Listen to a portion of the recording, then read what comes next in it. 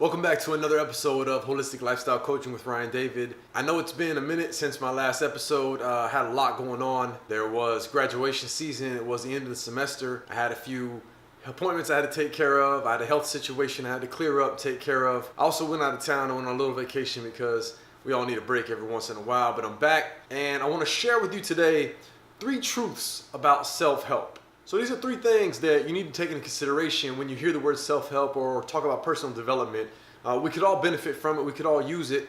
And I absolutely consider myself to be in the self-help business as a speaker, as a life coach, or even as a professor of psychology and with my students. However, what I've noticed and what I've learned is that there are different connotations and attitudes and misconceptions, to be honest with you, about self-help, about the nature of it, and about how effective it can be. Now, a lot of this has to do with the fact that everybody and their brother wants to get involved and jump into the industry. And so it gets it's really watered down. And everybody's a life coach nowadays. You know how that works. But the essence of self-help, there's a few truths that you need to know about true, genuine self-help and personal growth and development. So I want to share those 3 truths with you today.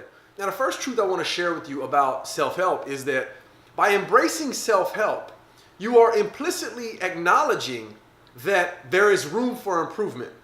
So if you are truly embracing self-help and you truly do want to read a book or do a webinar or go to a seminar or hire a coach to improve yourself, to grow, to personally develop, by doing that, when you truly embrace self-help, you're acknowledging that there is room for growth.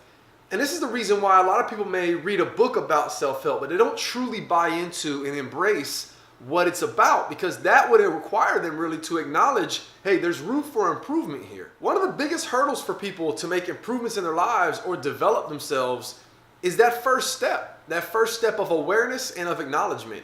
If you can get over that first hurdle of becoming aware of what you need to address or change, or how you need to grow, or becoming aware of the issues in your life, challenges, whatever the case may be, areas that you're being held back, or aspects of yourself that you need to develop or mature or grow. If you can become aware of those things and then acknowledge how they're problematic for you, that is one of the biggest hurdles ever. I said that's at least 50% of self-help, acknowledging that you need to help yourself. Most people don't do that because of their ego, their self-esteem, whatever the case may be. But if you can acknowledge and become aware of where and how you need to grow, that's a huge hurdle, and that's about 50%, I tell people. Once you do that, you're halfway there.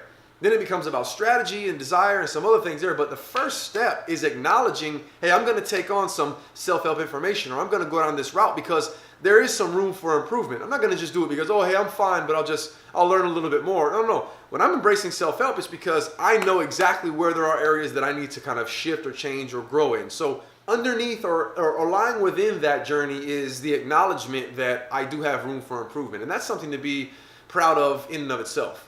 Now, the second truth about self-help has to do with acceptance. And what I mean by that is personal growth and development, or self-help, sometimes seems as though we can just expose ourselves to it or get around it and it'll just rub off on us. That's not the way that it works.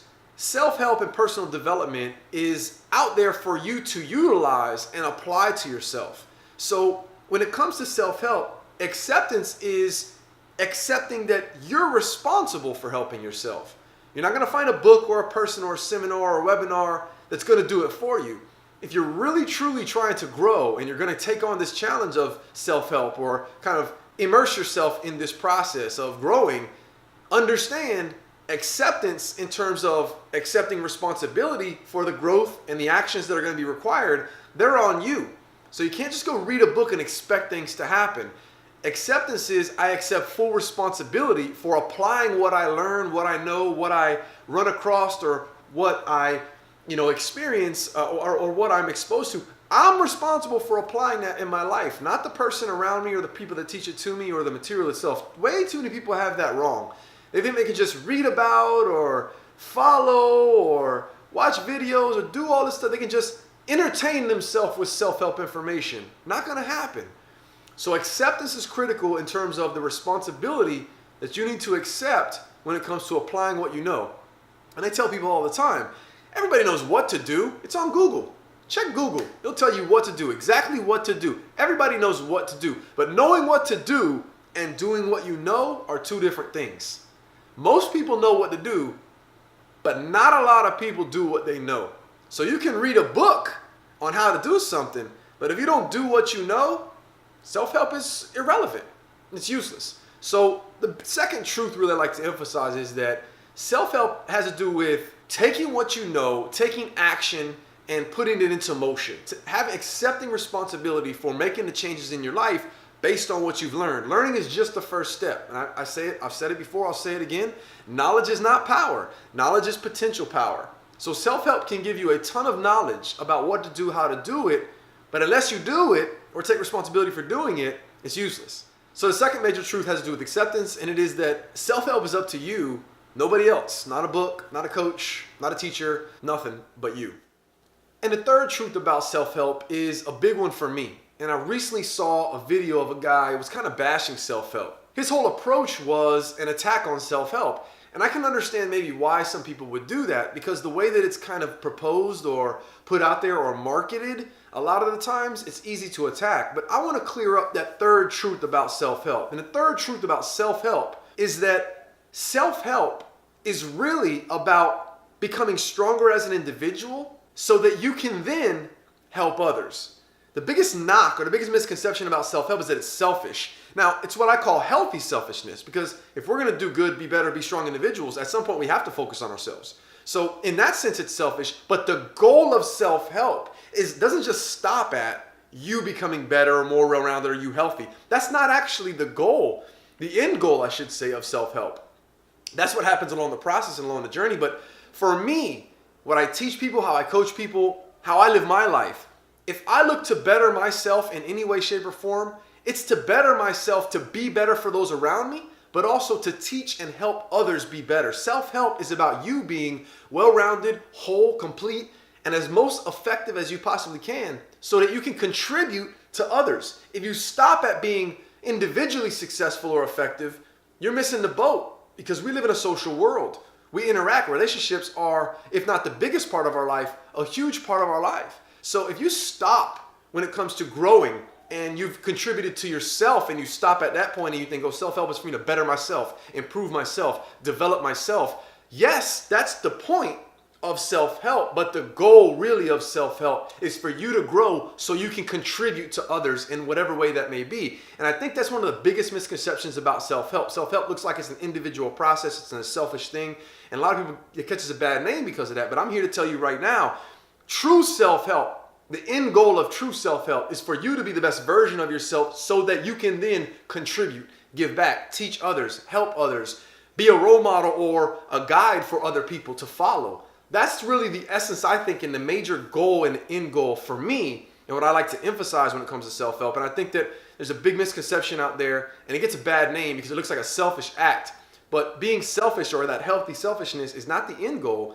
It's just a part of the process to ultimately then be able to contribute, because that's what we all should really be striving to do, help each other and contribute to each other. But we can't effectively contribute to others until we can fully contribute to ourselves. And that's really why self-help is always where you start. It's the beginning. It's how you get going. Keep that in mind when it comes to self-help and personal growth and development. The starting point is you, but the end goal is your relationships and the people around you in your life and anybody that you can contribute to or you can touch. So those are three absolute truths that I want to share with you, in my opinion, about self-help that I think you need to know and understand about this journey, about this process of personal development. The last thing that I'll say, though, is when it comes to self-help and this process, there is a prerequisite that's needed by anybody who's going to effectively take on and improve themselves or develop themselves and grow. I did another whole episode on the one and only secret to self-help. And in that video, I talk about the one thing that you absolutely need to make sure that you have within inside you before you take on this process or this journey, or it's really going to be all for nothing and it's not going to be genuine. So check out that most recent video of mine, the one and only secret to self-help. I'll link it right here or right here. I forgot which side it is, but you should see it pop out there. Click on that when this video is over. Check that one out, the one and only secret to self-help. You'll see a little bit of an insight there on really how and why and what you need to have and what you need to do before you go anywhere, because obviously self-help is important to me, but doing it right is more important. And I want people to absolutely get results in their lives. So we need to understand what this process consists of and the prerequisites that we need before we take on that journey. So check those out. Leave me a comment below in this video if you like it. Always reach out to me, connect with me either in the comment section below or touch base with me on social media at the Ryan David. Give me a thumbs up if you like this content. Give me some feedback. Let me know what's going on, because I know it's a very popular topic. It's very mainstream, especially nowadays, but doing it right and getting effective results, not as common as the people who just read the books or talk about it or, repost. So I want to hear some feedback from you guys. Subscribe if you haven't already. And until the next episode, take care.